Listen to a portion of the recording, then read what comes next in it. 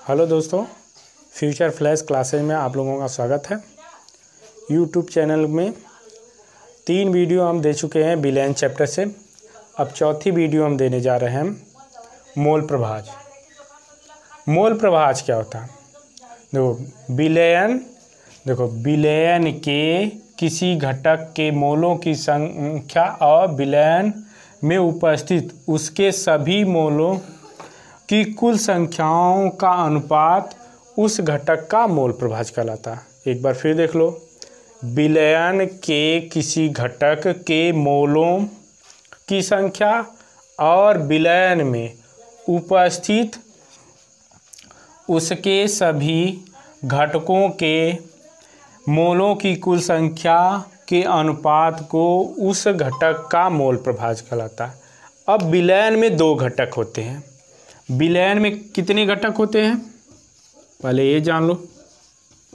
विलयन में कितने घटक होते हैं? 2 घटक होते हैं। एक विलेय होता है, एक क्या होता है? विलायक होता है। देखो विलायक, विलेय और विलायक, देखो दोनों के समांगी मिश्रण। विलेय में क्या आ जाएगा? अब विलेय हम जान लेते हैं, विलेय पहले जान लेंगे तब आगे बढ़ते हैं। विलेय क्या होता है? जैसे हम चीनी ले लें या नमक ले लें,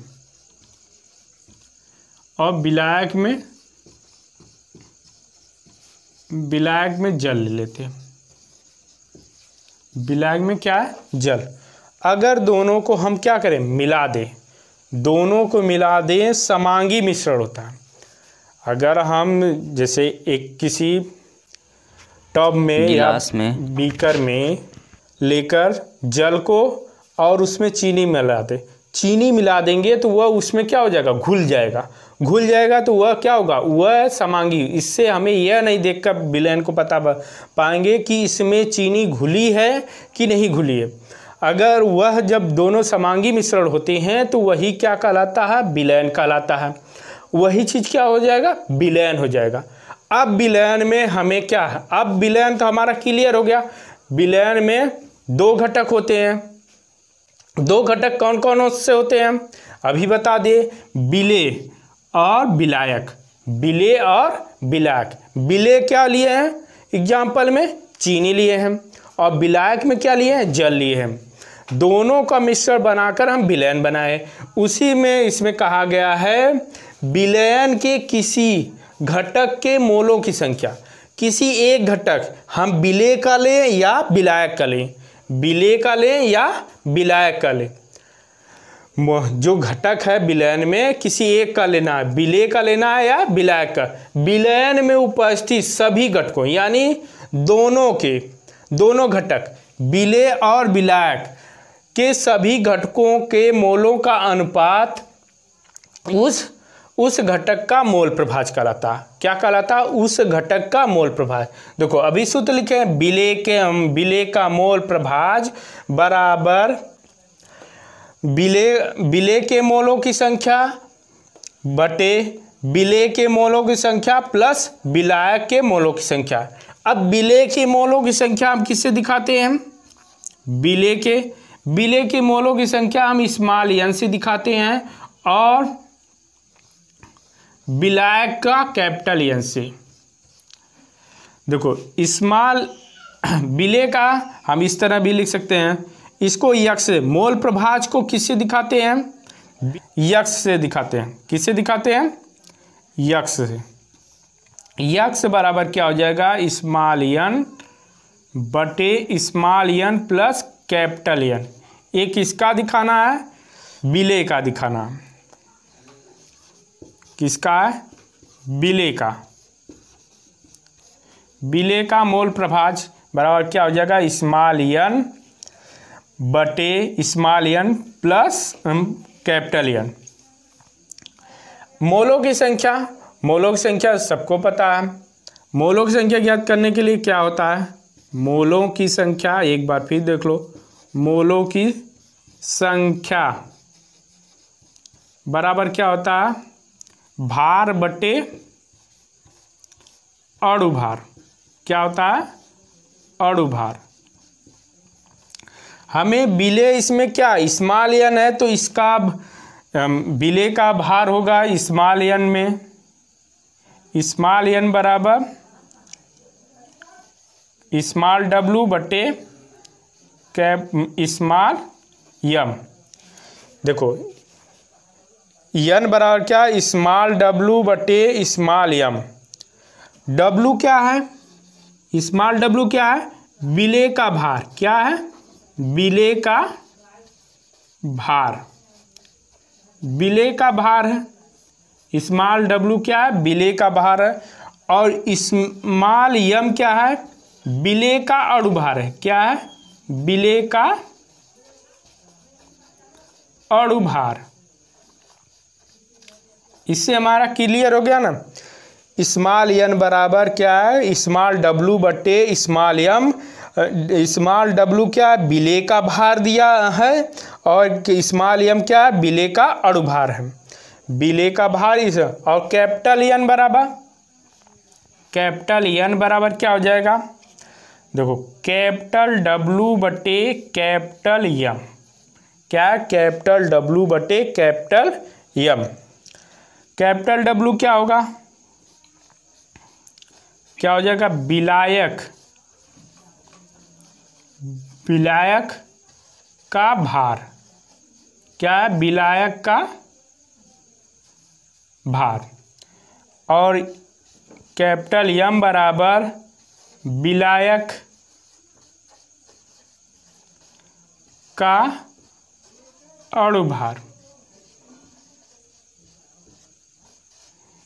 देखो कैपिटल डब्लू हमारा क्या हो गया विलायक का भार, कैपिटल एम हो गया विलायक का अणुभार। अभी विलेय और विलायक दोनों बता दिए हैं। अब देखो हमें विलेय के मोल प्रभाज्य बराबर क्या हो गया, सूत्र हो गया विलेय के मोलों की संख्या बटे विलेय के मोलों की संख्या प्लस विलायक के मोलों की संख्या। इसमें कहा गया उपस्थित विलयन के सभी घटकों के कुल संख्याओं का अनुपात उस घटक का मोल प्रभाज्य होता है। तो देख लो अब यह, इससे हम अगर यही चीज़ इसमें रख देते हैं स्मॉल डब्लू की जगह क्या हो जाएगा, एक सूत्र हो जाएगा स्मॉल डब्लू बटे स्मॉल एम पूरे के बटे small W small M plus capital W बटे कैपिटल एम। यह हमारा क्या हो जाएगा मोल प्रभाज्य, विलेय का मोल प्रभाज्य निकालने का सूत्र हो जाएगा। अब हम इसी विलेय का निकाले हैं तो अब हम विलायक का निकाल लेते हैं। क्या निकाल लेते हैं, विलायक का निकाल लेते हैं।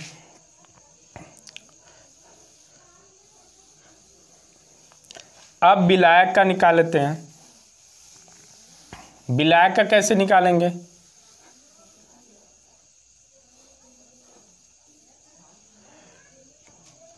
चलो देख लो। विलायक का मोल प्रभाज्य बराबर विलायक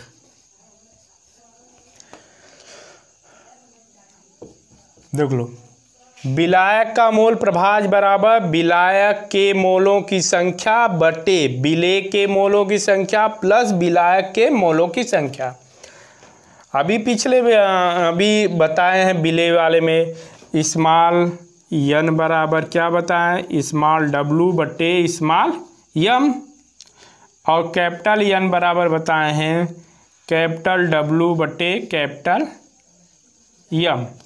अभी बताएं देखो विलायक का मोल प्रभाज्य बराबर क्या होता है विलायक के मोलों की संख्या बटे विलेय के मोलों की संख्या प्लस विलायक के मोलों की संख्या। रख देते हैं इसमें तो क्या हो जाएगा, पहले कैपिटल एन बटे small N plus capital N, तो कैपिटल डब्लू बटे कैपिटल एम और स्मॉल डब्लू बटे small M plus capital W बटे कैपिटल एम। यह क्या हो जाएगा विलायक, किसका विलायक इसको यक्स से, मोल प्रभाज को हम किससे दिखाते हैं? यक्स से दिखाते हैं। यह ध्यान देना। हमारा मोल प्रभाज हो गया। अब मोल प्रभाज के बारे में हम जान लिए। अब इस पर एक न्यूमेरिकल देख लें, तब इससे हमारा क्या हो जाएगा? क्लियर हो जाएगा।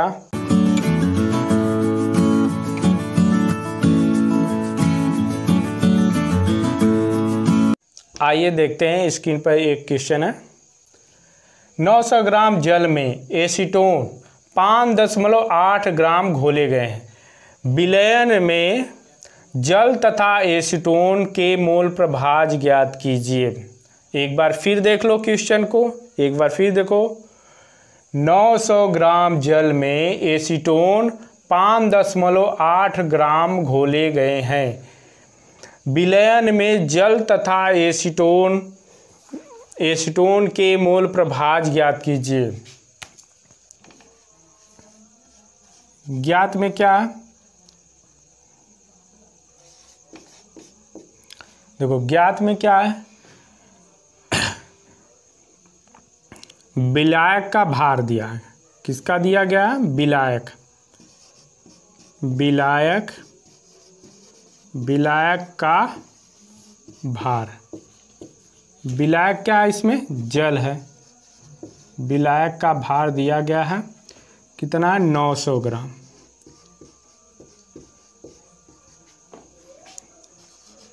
विलेय का भार दिया गया है। क्या दिया गया है? विलेय का भार। विलेय का भार एसीटोन है। एसीटोन का सूत्र होता है CH3COCH3। ये जल का हो गया, जल और एसीटोन। एसीटोन कितना है? 5.8 ग्राम। कितना दिया गया है? 5.8। जल का अणुभार ज्ञात कर लेते हैं। जल का अणुभार। जल का अणुभार। जल का अणुभार देखो, हाइड्रोजन का 2 होता है, 1 होता है, 2 × 1 प्लस 16 ऑक्सीजन का होता है, हो जाएगा 18।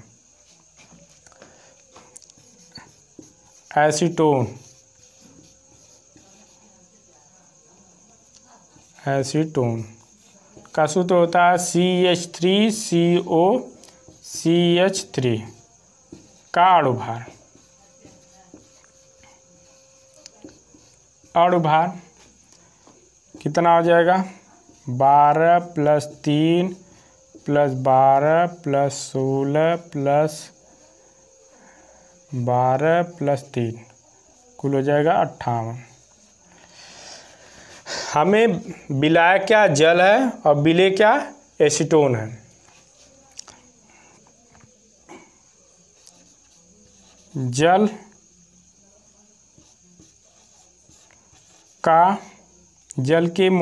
के मोलों की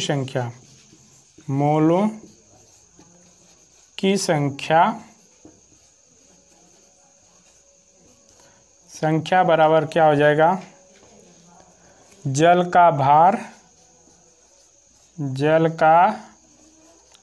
भार बट्टे जल का अणुभार।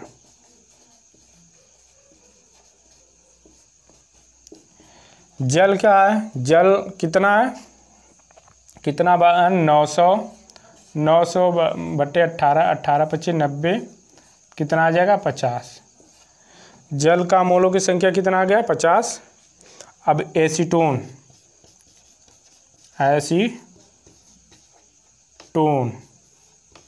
के मोलों की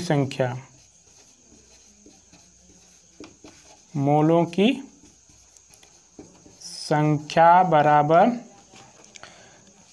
एसीटोन का भार। एसीटोन का भार बटे एसीटोन का अणुभार। एसीटोन कितना है? 5.8 भार और बार कितना है 58, भाग दे देंगे 0.1। अब हमें क्या मोलों की संख्या विलेय और विलायक दोनों का ज्ञात हो गया। जल का मोल प्रभाज